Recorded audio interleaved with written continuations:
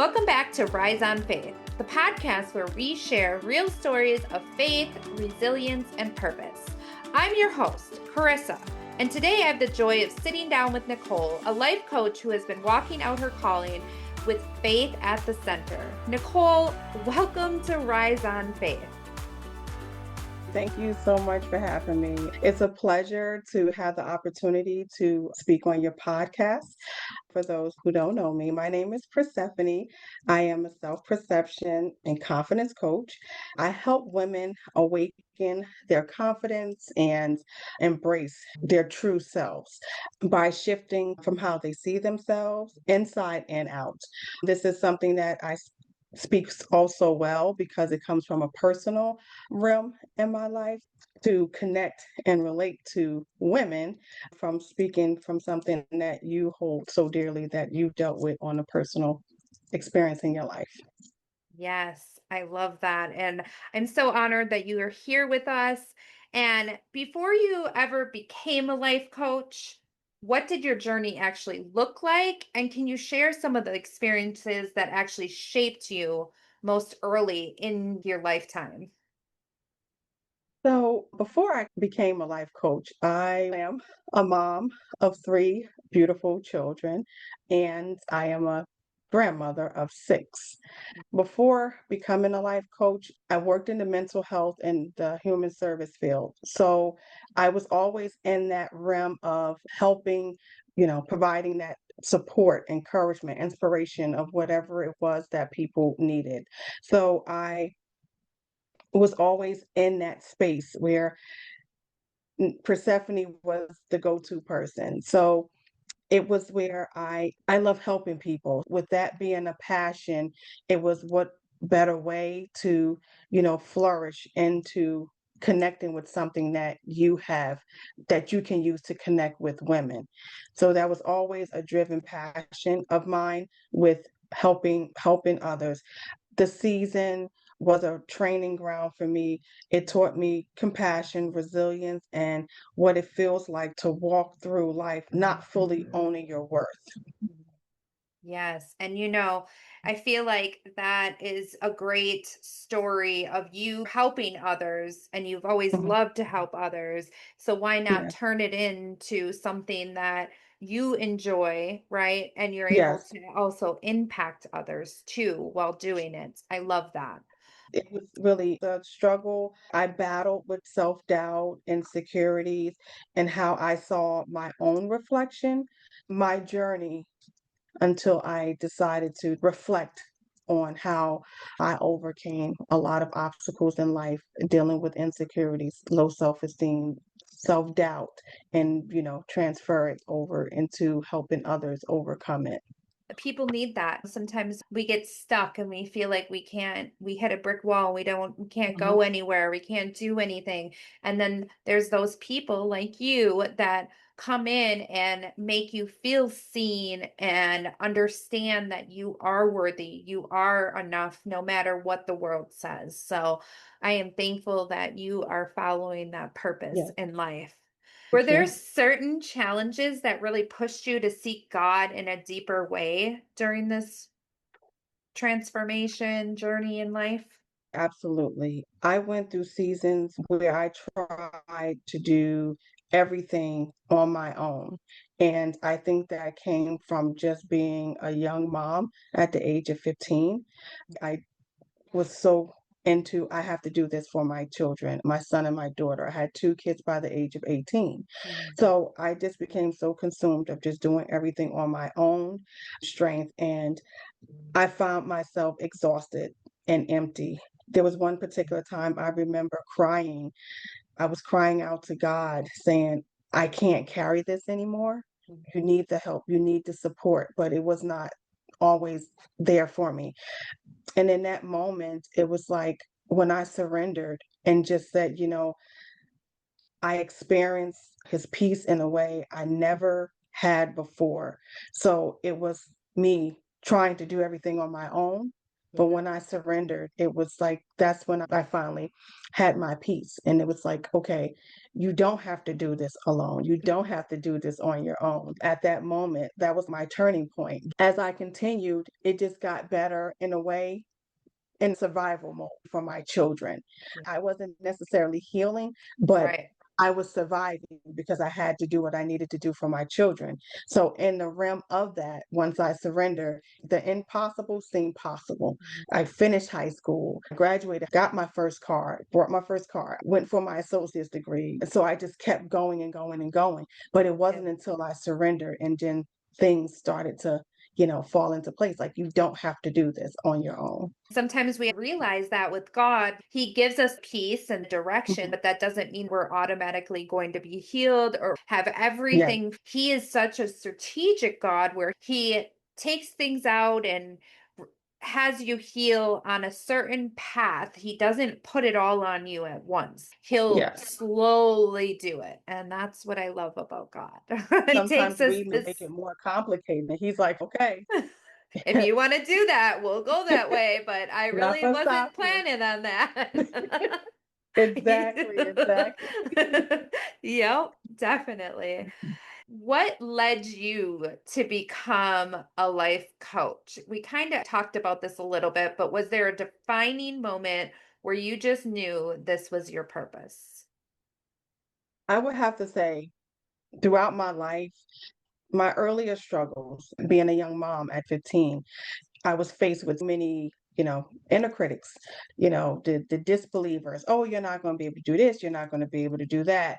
I always felt like as I continued to strive and do better, I wanted to be a voice for young mothers who were told they couldn't. You won't be able to. Nobody's going to want you. All the negative talk. I wanted to be that voice so people can see, wow, she was a mom at 15 and now look at her and her kids are striving as well. So with that being said, I always continue to be that support system for other people. No matter what I was dealing with, I was that go to person where people always felt like they can talk to me. I never shut no one down. Being in the mental health field, I always found myself being that encourager, that nurturer, you being in this mental health realm, and people like your personality, you're a people person, and they can just feel comfortable and safe to talk with me. I say that's something that was just given to me. I just decided, you know what? Now that I'm ready to comfortably speak out and tell my story and what I've overcome, why not do it? Because we all have a story. And like they say, it may not be for everyone, but it'll be for someone. Yes, it is. And that's exactly it. I've seen it playing out in my life a lot lately. And I have those moments of, are you on the right path? And then those things pop out and it's just one person. I'm like, okay, I know I'm on the right path because I'm helping other people. It's not about me, Mhm. it's what God needs. And if even just one person is impacted, I'm going to keep going. Exactly. Yes. No, Yeah. you're absolutely right. So, how did your faith play a role in saying yes to this path? I would have to say faith is everything. I mean, faith is everything, honestly. I was scared at first starting a business, all of the things like, is this going to work? Or how do I do this? Not being used to a social platform. I'm calling myself a coach. And that never, never was, it was either Miss Saxton or Persephone. Never was it a thought of it to that extent. So Right. I did take it an extra step up being called coach or coach P. Yes. It felt so big. I prayed and asked God, and one of my strongest believers is my late grandmother. I was her heart. The emerald green I have on my wrist provides me like with so much positivity, encouragement, confidence, the support because I feel more connected in with her. She is a big part of you go for it, you do it. It was just having all of those pieces connected to help build that encouragement and that faith in me and wanting to keep going. And little by little, it was through prayer, asking God, like, can I do this? Do you think I have this? And like I said, little by little, he confirmed it through helping me to see this is you, this is your calling, Mhm. and this is what you were meant to do. And people need you, and people need to hear your story. And Yes. so I just felt it in my spirit, and I went for it. Wasn't going to allow the naysayers, the external validations to knock me from moving forward with my vision. The main thing that kept me going was having faith, praying to God, and my grandmother. Yeah. And that's the only things that you need. Like you said, you don't need the validation from other people. You don't No. need that. Like I tell myself all the time, you don't need a million likes, Carissa. As long as there's somebody being impacted, it's okay. And just Hmm. keep going. Because one day somebody's going to see you and just be like, oh Hmm. my gosh, I've been looking for her for so long. She's finally Yeah. here. So I know running a business as a believer can look a little different. Trust me, I know, because I run a cleaning company and now, doing the platform, it can be a little bit of a struggle because some people tell you, don't mention God. Can you share a time when you faced a major business challenge and leaned on God for direction? I would have to say I lean into God on a regular basis, just like every day, because as I continue to show up, I can be too much of a perfectionist. And sometimes I'm wondering, was this correct? Did I do this right? The challenges, just starting out, I would say I probably haven't endured an abundance of those challenges just yet. But when and if those challenges surface, I have to keep in mind what my purpose is and what I'm here to do. It's not going to be for everyone, and Yeah. that's okay. As long as I know I'm doing things the way that I want to and for my purpose, I just have to keep the main principles before me, because if I lose focus and allow a lot of external, you know, things impact me, that will deter me from my purpose. I feel like it's about keeping myself driven in my purpose and knowing that I can't make everyone happy. But as long as I'm doing what I'm called to do and reaching and connecting to who I do, I'm happy with that. Yeah. So, I mean, I feel like the next couple of questions we kind of have went over a little bit, but do you pray over your business decisions and what does that look like for you in like the day-to-day life? So, like, are you praying on everything that you're doing or how does that look for you? I would have to say yes. On a day to day, it is a struggle, to be honest, because I have a regular job. So I'm in the school and I work with this from the K through 12, but I work with third graders to eighth graders. So on a day to day basis, it's hard to get sidetracked. And if you feel like you're not putting your all into what you want to do, but you know you need to do this as well. So a lot of times I close my eyes and I say, God, I know this is what I'm called to do. I also pace myself and not put too much on me that will make me feel like, okay, I'm going to throw in the towel. This is not working for me. I know that time will come when I'll get a lot of clients, but right now I'm just pacing myself and taking baby steps so I can feel comfortable and continue to stay in this business along with my regular 9 to 5. But I'm also helping children on a daily basis too. Yeah. Listening to children, talking to them about their life stressors, grief, anxiety, depression, emotional regulation, and it's social skills. I'm helping other students in groups find their true selves and be comfortable with themselves. So, on a day to day basis, I thank God for allowing me to have this opportunity. And I always get that confirmation that I'm walking in my purpose when I make a post and people comment, thank you so much. I needed that. That's confirmation for me. when a student was leaving to go home because he wasn't feeling well. And the one thing he wanted to do was hug me before he left. When Yeah. students choose to speak to me before speaking to someone else. So that lets me know that, you know, that's God saying, look, I'm showing you that this is what you're doing is what you're supposed to be doing. Yeah. So, I'm blessed every day that I get to be in this position, but always being mindful that this is something that I love doing and I want to continue to do. So I like to be graceful yet humble. Yeah.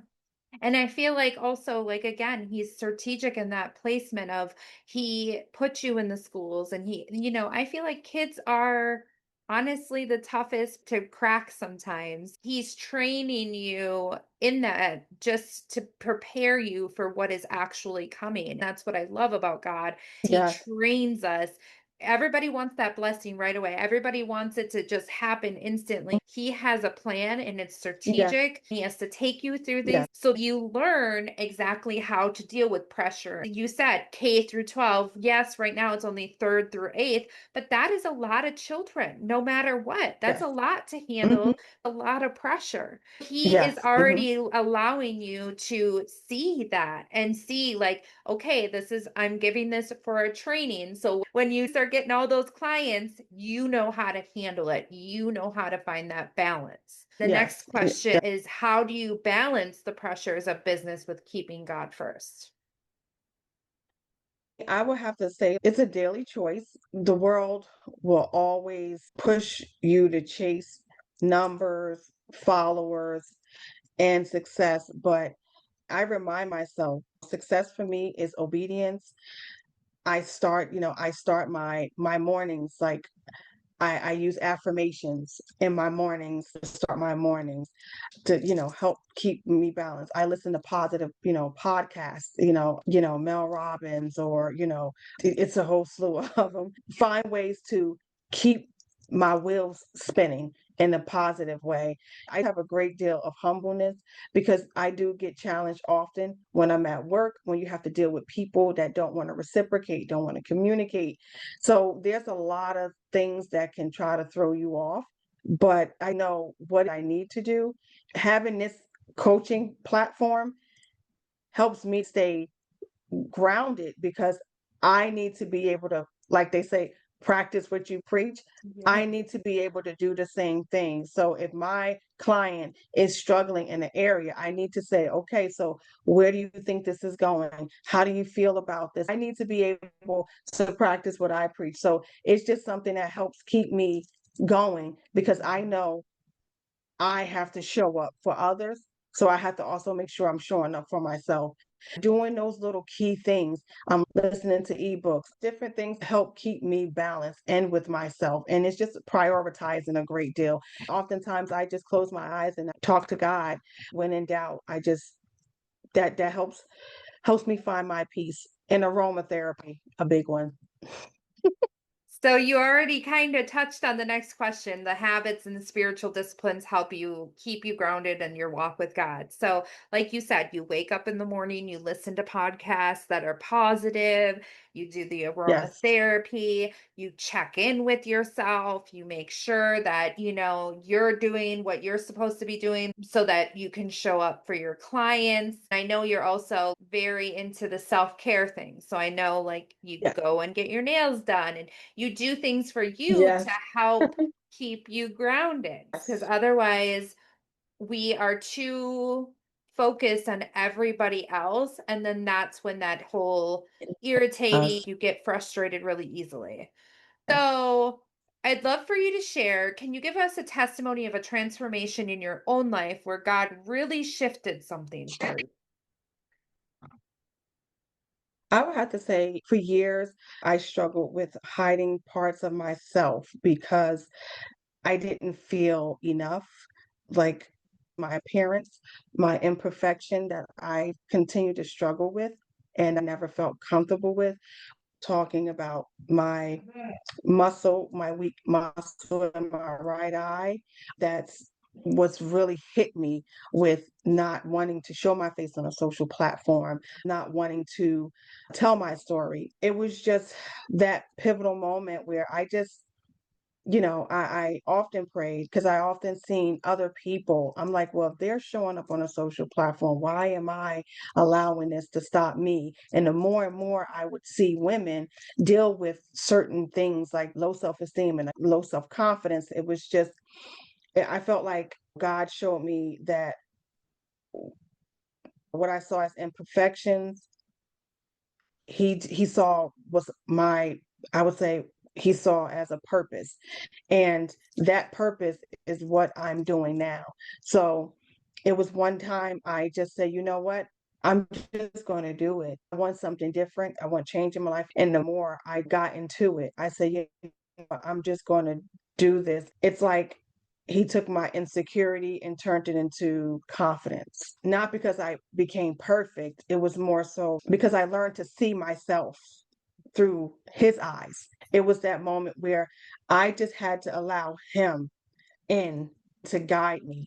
That helped me feel reassured and to help me feel grounded, where I'm not going to allow distractions from the outside stop me from walking and doing and being in my purpose. Because we all know when we're dealing with the social platform, you get things coming at you in all different ways, shapes, size, forms. You have to have a little tough skin to You be on the do. social platform. You do. I have seen you flourish. I love seeing your posts and the creativity behind it. You're really doing amazing. I'm Appreciate just it. very proud of you because I saw it's the same with me. We start off and we're so nervous, don't know Mhm. what to do. But then, like you Yeah. said, once we give it to God and allow Him to shine through us, that peace Yeah. comes. And then we're like, oh, what am I worried about? Because the right people are going to see it, and the other people, who cares? We have You're to so right.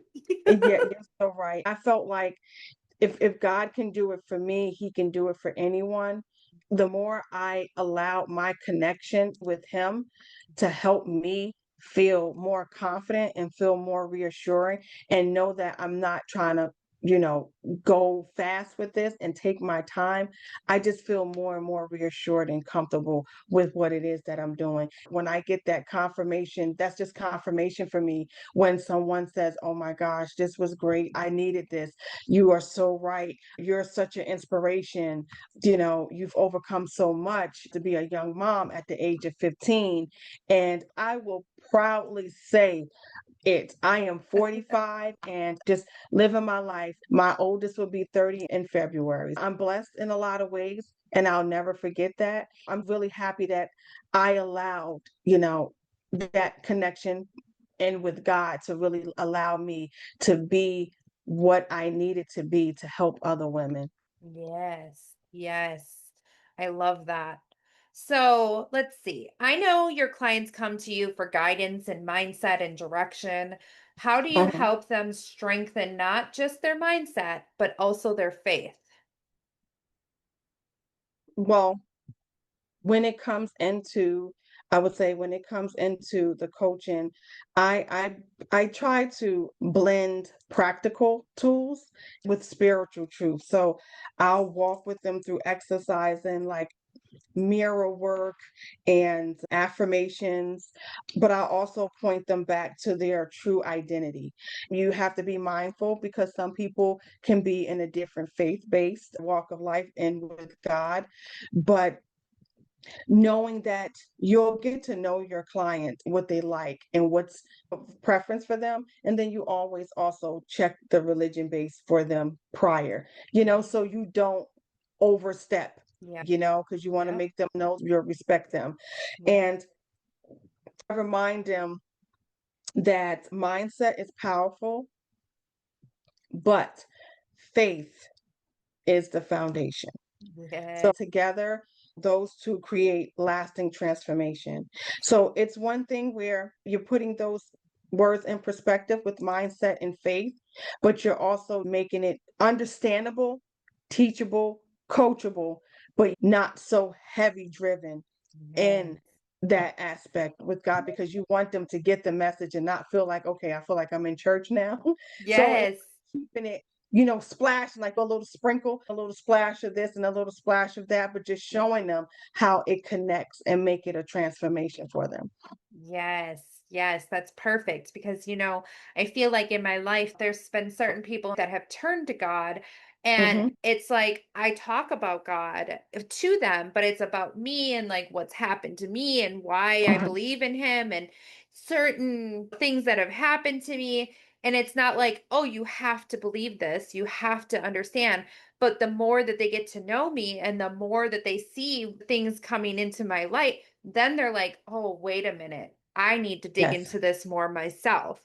So you're Yes. right. Like it just being very mindful of the whole situation, like you said, sprinkling it in there. I love that. Exactly. So, finally, what encouragement would you give to somebody listening today who feels stuck, overwhelmed, or unsure of their purpose? I would have to say you have to know what it is you want. You have to know where you want to go in life. And once you're able to see that you deserve peace, you deserve happiness, you deserve love, you deserve everything else on this earth that everyone else has. There's nothing in the Bible that says one deserves better than the other. If this is what you want, then this is what you go after. But you have to understand not everything can be done by itself by yourself. Don't be afraid to reach out for help. Just know that there's communities that's out there for support. There's resources out there for support. It's like they say you can lead the horse to the well, but you can't make the horse drink the water. You have to be able to know that you want to step up and make the change in your life. You deserve it just as well as the next person sitting next to you. It's not written where one deserves more than you, but you have to find it within yourself and you have to be the one to make that first initial step. Yeah. Because without you acknowledging that you need help, nothing that anyone else says is going to, nothing that anyone else says is going to, they can tell you what to do, how to go about it, how to support you, but you have to want better for yourself in order to go to the next level. So Yeah. my message is don't be afraid to come out of that. I think of it like the butterfly. So much transformation goes in when that butterfly is in that cocoon. It's so much transformation going on in the dark moments. That's just relatable as in our life.